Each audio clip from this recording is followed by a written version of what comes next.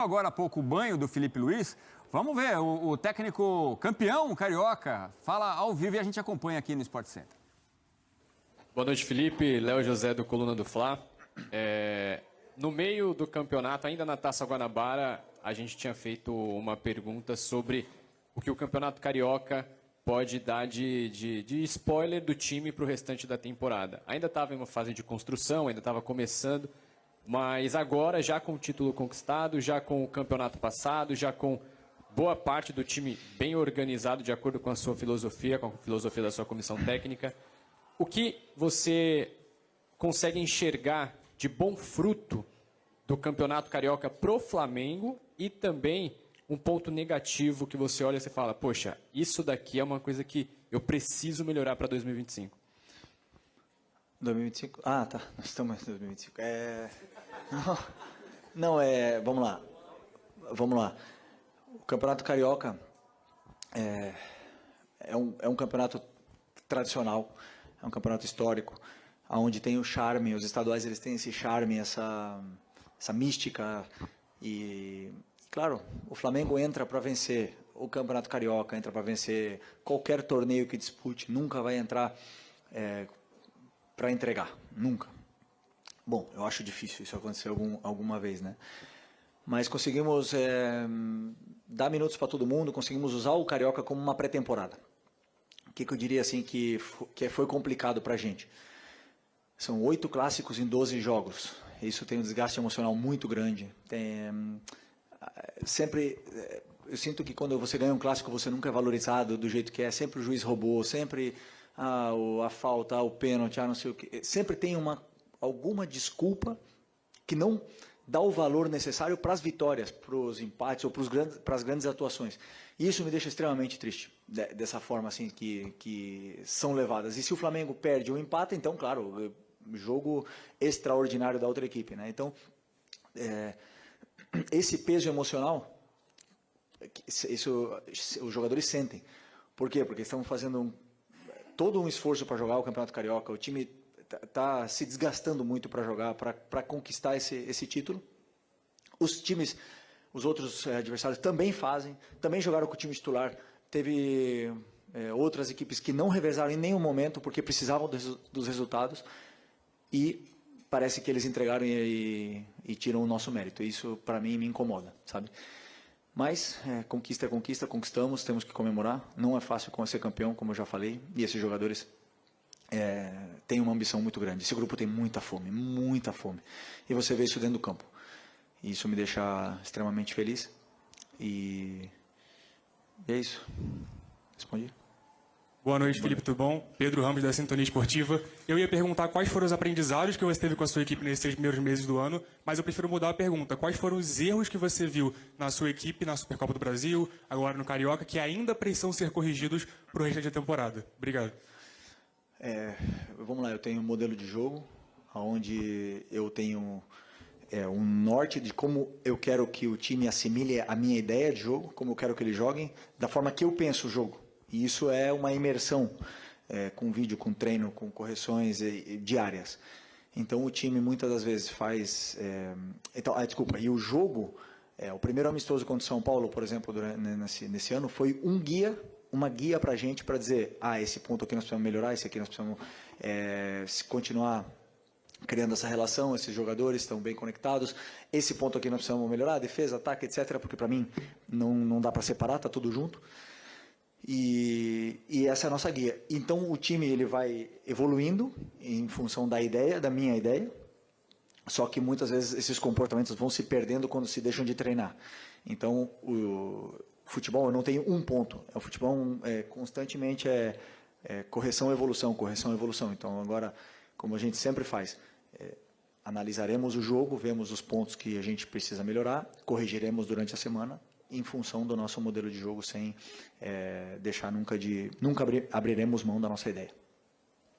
Boa noite, Felipe. Hanna Tenda, do canal Gold. Você foi campeão pelo Flamengo como jogador no Campeonato Carioca em 2020, 2021 e citou na última coletiva justamente o aprendizado da final de 2023. Eu queria que você falasse agora um pouco dessa conquista como treinador em cima do mesmo adversário, o Fluminense, em 2025.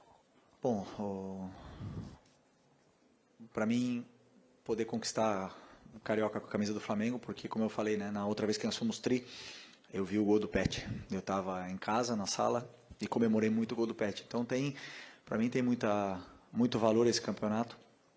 E... Desculpa, o que tu falou no final? Pode falar que eu escuto. Ok. Ok.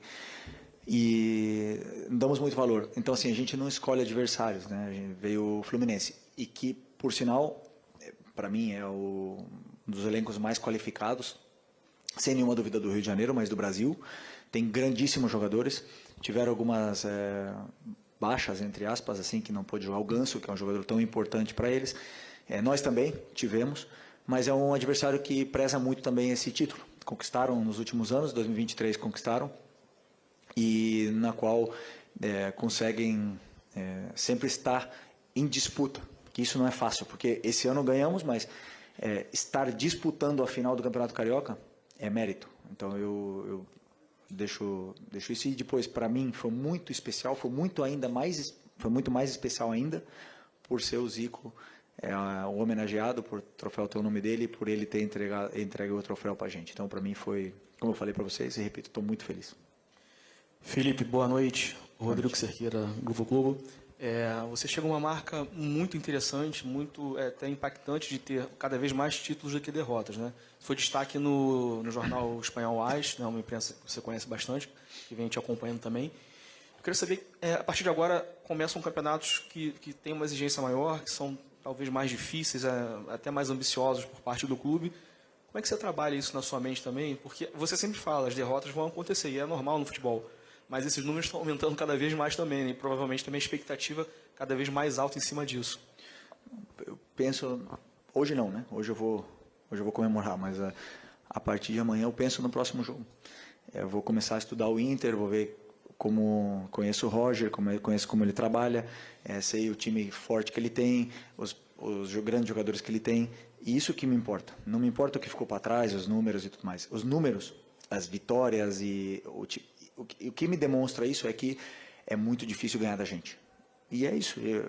Temos um time que sabe o caminho, sabe como atacar, como defender, e escolhemos essa forma de jogar, essa ideia. Os jogadores compraram, a torcida se sente identificada, e isso para mim é o que mais interessa, porque quando as derrotas vêm, que sejam dessa forma, que sejam propondo, que sejam tendo sempre a bola, o controle, pressionando, e em cima dessa ideia. E claro, cada adversário é diferente, cada adversário tem jogadores diferentes, estruturas diferentes, sistemas diferentes, e nos colocará em desafios, inúmeros desafios, para o nosso time ter que solucionar. Então, esses clássicos, respondendo também, engatilhando com a outra pergunta, foram bons por isso, porque nos colocaram já no nível do brasileiro, já do Campeonato Brasileiro, que o Fluminense é um time que vai estar na parte de cima da tabela, e hoje fomos muito superiores e temos ainda muito que evoluir, mas estou feliz com o que eu estou vendo cada dia, em cada jogo. Felipe, tudo bem? Monique Danello, TNT Esporte. Ainda seguindo nessa mesma linha, queria projetar um pouquinho com você o que vem pela frente. A gente sabe, né, que o Flamengo tem um dos melhores elencos da América, e acho que o que apresentou em campo comprova isso, com a riqueza de peças que você tem, com jogadores que se machucam e você consegue trocar e manter o nível. O torcedor já sabe que nos torneios de mata-mata o Flamengo vai entrar para brigar, mas essa torcida tem uma coisa ali meio especial com o Campeonato Brasileiro, que nos últimos anos ficou um gostinho de que se o Flamengo tivesse dado um pouco mais no Brasileiro, poderia ter chegado. No ano passado, muita gente falava, se você assumisse antes, o Flamengo teria brigado pelo título nas últimas rodadas.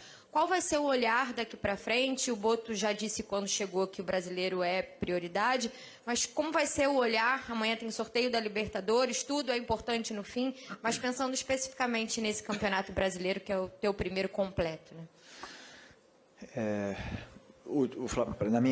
Como jogador, posso te garantir que sempre tentamos conquistar, mas muitas vezes fomos irregulares, né? Não porque a gente quis, porque acontecem lesões, se perdem jogadores importantes, vem outras competições no meio, e muitas das vezes o time passa por altos e baixos, né?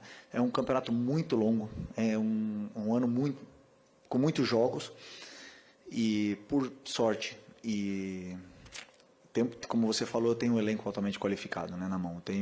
Só que você vê hoje, com vários jogadores fora, o time manteve o nível, né? E isso para mim é muito importante, porque todo mundo sabe o que fazer dentro do campo e as funções, né, deles e dos próprios companheiros. Então, esse é o caminho. O clube e eu falei desde o ano passado, para mim o Campeonato Brasileiro é a prioridade absoluta.